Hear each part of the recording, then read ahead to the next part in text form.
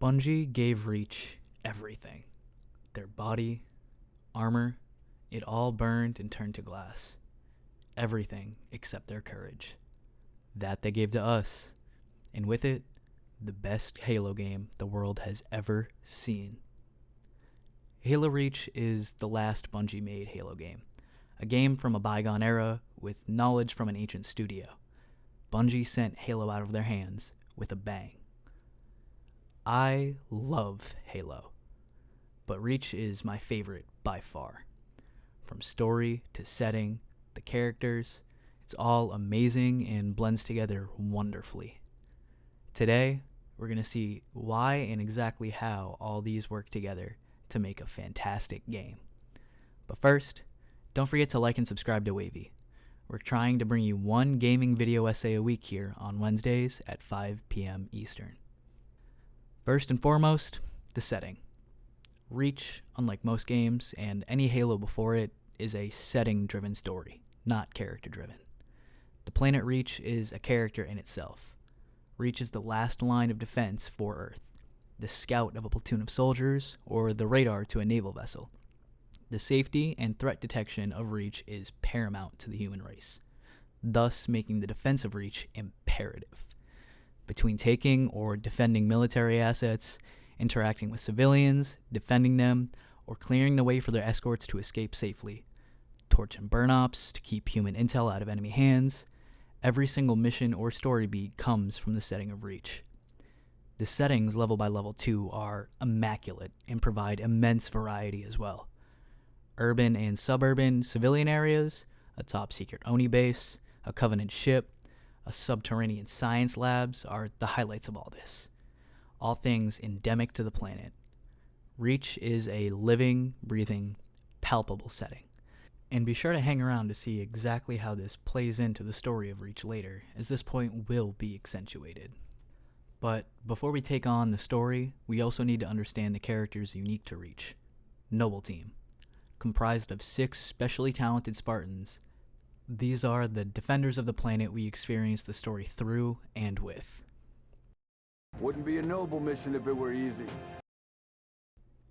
Carter is the leader of Noble Team. He's the captain of the ship, keeping the team on task, one to complete the primary objective and do it by the books, by any means necessary. Giving or relaying orders, assigning his team to ops, he is stern but with an open mind. He understands the team's wide variety of strengths and is not afraid to hear them out and use their skills to humanity's advantage. Way to shoot, Lieutenant. Kat. She's the brainiac of the group. Constantly getting the black tape off of top secret files, she's never going to be missing details on a mission, be it with location, personnel, or otherwise. She's also an incredible tinkerer, taking a relay comm that's more plasma than parts and making a secure connection out of it. While a Spartan, she isn't the hulking bulk of mass that some of the other members are. Not that she's not capable, but she usually carries light arms like the Magnum or the military-issue assault rifle, again lending to the idea that she's more brains than brawn. No, I'm gonna steal it back. June is the reconnaissance and long-range specialist of Noble Team. He's seldom used as a focal point, but he is almost always lurking somewhere, providing overhead support or looking ahead to the next objective and giving you intel on your next encounter. When June is with the rest of the team, his dialogue and temperament is reflective of his speciality. Calm and collected. He isn't the kind of steel top brass that Carter is made of. He'll crack jokes, question orders or thought processes, but he's never really a scene stealer. I'm ready! How about you? Emil is possibly the most unique member of the team. He has a skull etched into the visor of his helmet, using a sense of psychological warfare. He is a savage, stone-cold killer. Emil is constantly making remarks on how there is excitement and exhilaration in the fight coming to Reach. Not really concerned with the civilians residing on the planet, his whole demeanor towards the situation is different from the rest of the team. Just itching for the next engagement, just to break the will of the opposition. Reach has been good to me. Time has come to return the favor. George is a native of Reach, and it shows. Speaking Hungarian to the locals, showing considerable empathy comparably to the rest of the team. He even gets into it a little with Emil while consoling a civilian, showing how strong his compassion really is. Negative. I have the gun. Good luck, son. Noble 6, the player character of Reach, he or she is left rather open-ended as to be a better self-insert for the player, but there are still some key traits pointed out that are universal to 6. Carter mentioning that you have a tendency to depart from the team in a lone wolf style to complete a mission, while in the same breath making mention of your files being redacted, insinuating that you are talented and efficient enough to be put on a litany of top secret missions. Your character is also one of few words, and the few you do say are that of a Secret Service agent. Short, sweet, and to the point. Understanding your purpose. Not too much, not too little, but just right. Reach is a more serious rendition of Halo. No goofy Covenant dialogue. They are cold and calculating. A true war machine, impossibly large and ruthless. They kill Spartans, Marines, and civilians alike, speaking their own indecipherable language, making them seem more alien in nature compared to previous titles. There's no exposition to be had from them because of this. We have ideas of their goals, but those are gleaned from human higher-ups, not any prophet monologues. There's no great journey here. From our Spartans' perspective, we see the aftermath of their action, but no reasoning to this. At the same time, Noble Team is rarely developed from character-to-character dialogue. They're exposited by the world around them and what befalls them, often speaking about the tasks at hand to reveal more about them. And unlike previous games, there's little hope in this part of the universe. There's no finish the fight, wake up John. Reach's tagline is remember Reach. You are not the chosen one to be celebrated. You are a small part of a massive battle to be remembered. Even in your own team, you are a plug-and-play cog meant to fill the place of another who is lost. Nothing more, nothing less. Not gonna lie to you, Lieutenant. You're stepping into some shoes the rest of the squad would rather leave unfilled. You don't even have agency from Carter until the end of the game. Up until almost the very end of the game, you are part of a team, no matter how small. As the game starts, the team isn't even aware that the Covenant are on Reach, but the characters start developing right away. George talks to the locals. He doesn't interrogate them, he talks to them, revealing his heart and humanity. After discovering the Covenant and getting to the mission objective, the cutscene in the comm relay tells even more. George again showing his humanity, speaking with locals, and unspoken traits like after the elite ambush, Carter pushes Kat out of the way of an energy sword swipe, showing that he is a courageous and caring leader, walking the walk to say. And Reach does this constantly, showing, not telling. Not just with the characters, but by Reach's environment itself. Looking at Sword Base, you play in this area twice. The first time it is lush, with beautiful skyboxes and environments, defending it from your aggressors. But the second time, it's dark and smoggy, fires everywhere, the base turning to rubble. You can see and feel the effects of this invasion. With Reach's rapid deterioration throughout the campaign, a visual representation of the greater narrative being that every successful mission isn't a victory, but just adding more time to the countdown of the inevitable. This is perfectly articulated through missions 2 through 4.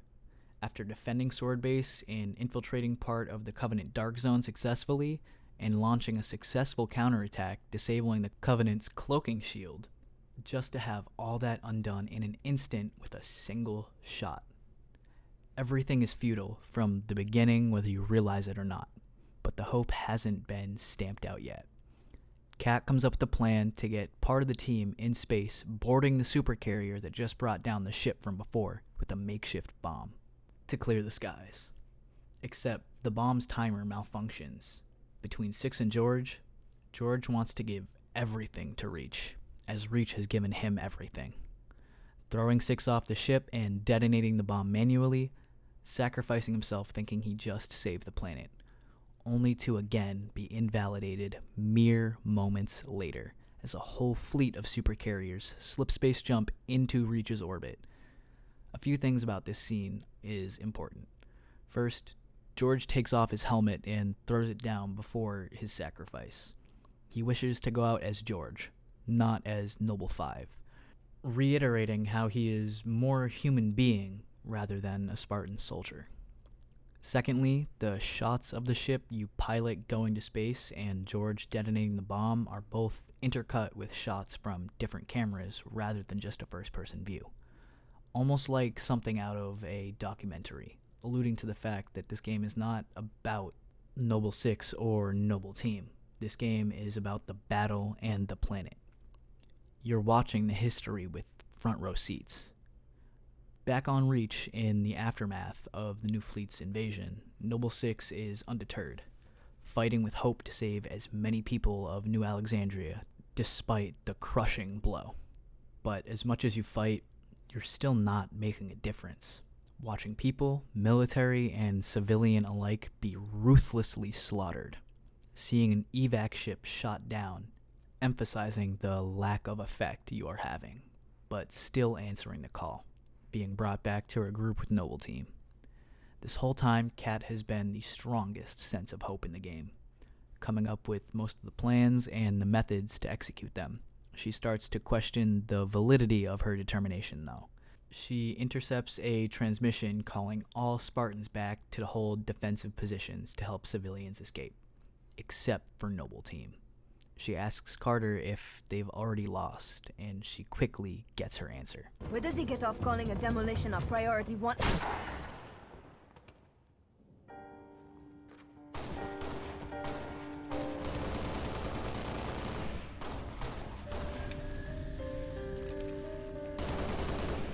Come on, get in! Let's go, come on!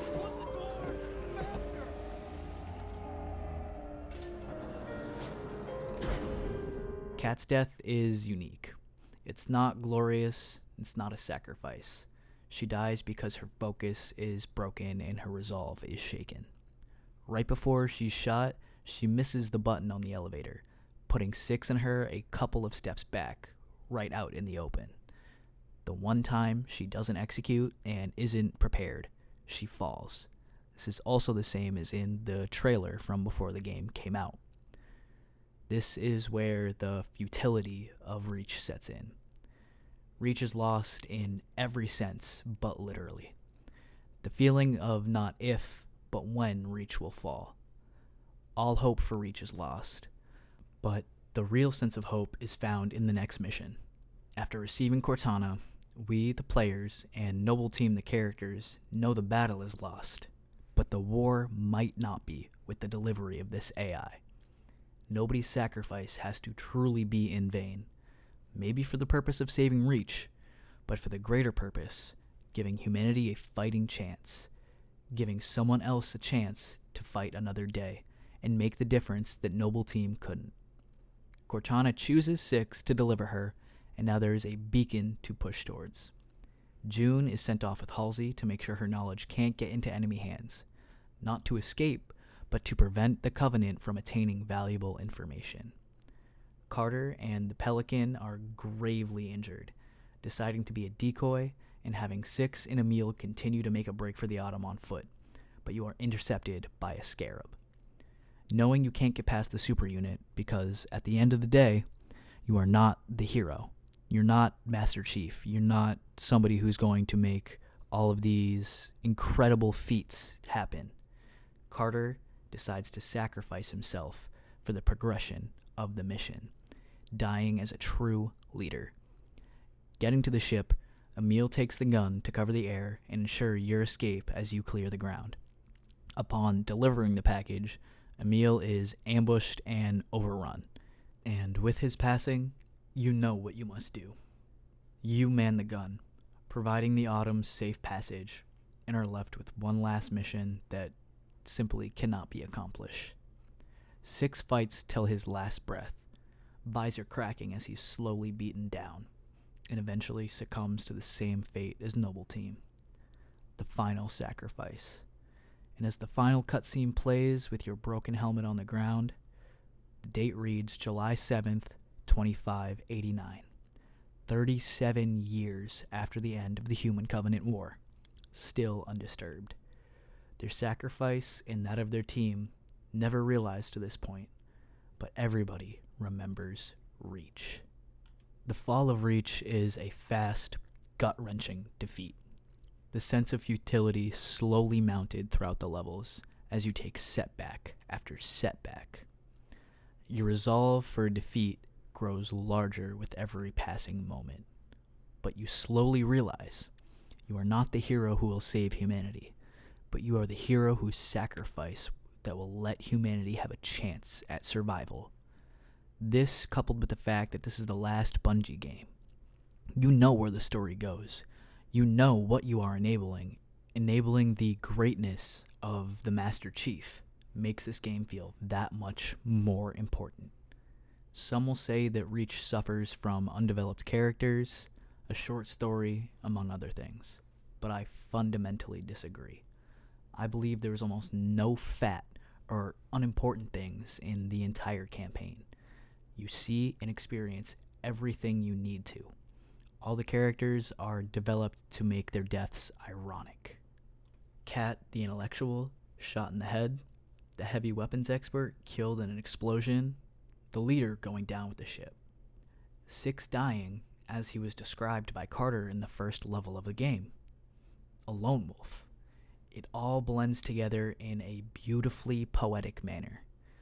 The selflessness and the diligence to duty, while ultimately Noble Team's downfall, lets them complete their bigger purpose. If you made it to the end of the video, thank you so much for watching. Halo Reach is my favorite game and one of my favorite franchises, so I had to lead off with this one. But we will get to the rest in due time.